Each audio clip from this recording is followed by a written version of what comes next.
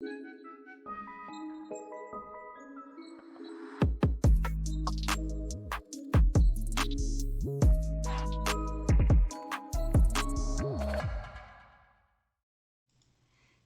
everybody, so finally I am back.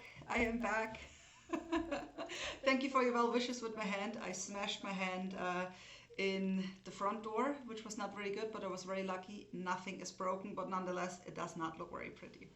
So we're finally doing a video. We had some moves, some stuff going on, and we are going to be starting with Bitcoin. And okay, my cat is here. 1 second. I need to make some space for her. I'm gonna be starting with Bitcoin real quick. For me, still, most action is on chain. I'm not so much interested in trading Bitcoin. Also, most of our higher risk positions were not affected.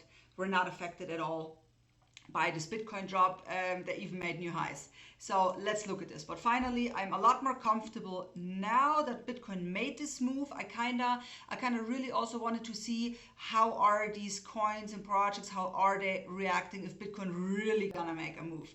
Well, now we've seen it and a lot more comfortable with it. Let's look at the higher time frames first. Now, for me, as long this is the weekly chart, as long as this 24.3 level, 24.3, 24.2-ish, this area here, as long as we can on higher time frames hold that, I wouldn't really want to see this. Every exchange had a different low. Some did not go as low as Kraken. Kraken, you will always have really deep wicks. That's also why I always say on projects that I'm accumulating long term, like Arbitrum, Sui, or Pepper, stuff like that, right? It is very recommendable that you use Kraken for some low ball orders, because very often they get filled and they have crazy wicks sometimes. Well, for leverage trading, not so good, but if you're trying to accumulate some positions, it is definitely something that I do recommend. So most of them, I think the lows were like 25.4, 25.2 for most of the lows, I think, like on Coinbase and exchanges like that.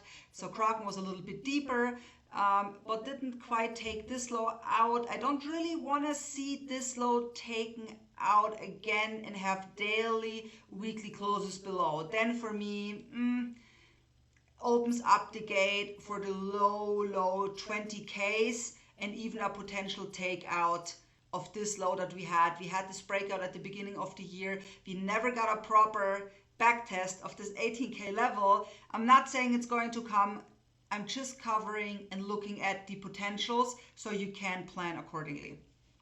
What are the options here? But as long as we're here, everything is fine. We had our move. Now, what I am looking at day trading wise and potentially swing trading wise is usually after a move like this, volatility dies down a little bit. We get like a little bit of a range, which is fine. For me personally to trade, there's not all that much action to be had. Usually what I wait for, we have the initial low. Very often we get this like little FOMO pump, come very close or take out very swiftly this low that we put in, and then we actually see this relief, and after that we most of the time see where this is actually going to go. Now on a day trading basis, if I would be to trade it, I'm not sure if I have the time over the weekend to trade it, but if I would be to trade, I would be working with a daily open close. I would be waiting for a hourly, 4-hourly or 4-hour close above daily, with first target here and then the extended targets. Let me get that quick. And then extended target, 1 second. This would be target 1, target 2, target 3. And potentially, if we get a really strong push, this trend line retest from the underside. And this is really going to be make or break. This has been our support of this trend all year. We have it broken now. And from a big swing trades, for me to put on really big swing trades, I want this trend line to be reclaimed, reclaim monthly open, and we're on, and I think at that point we're going beyond 32K. That's what I am looking at. So for the day trades, really just like these short-term targets,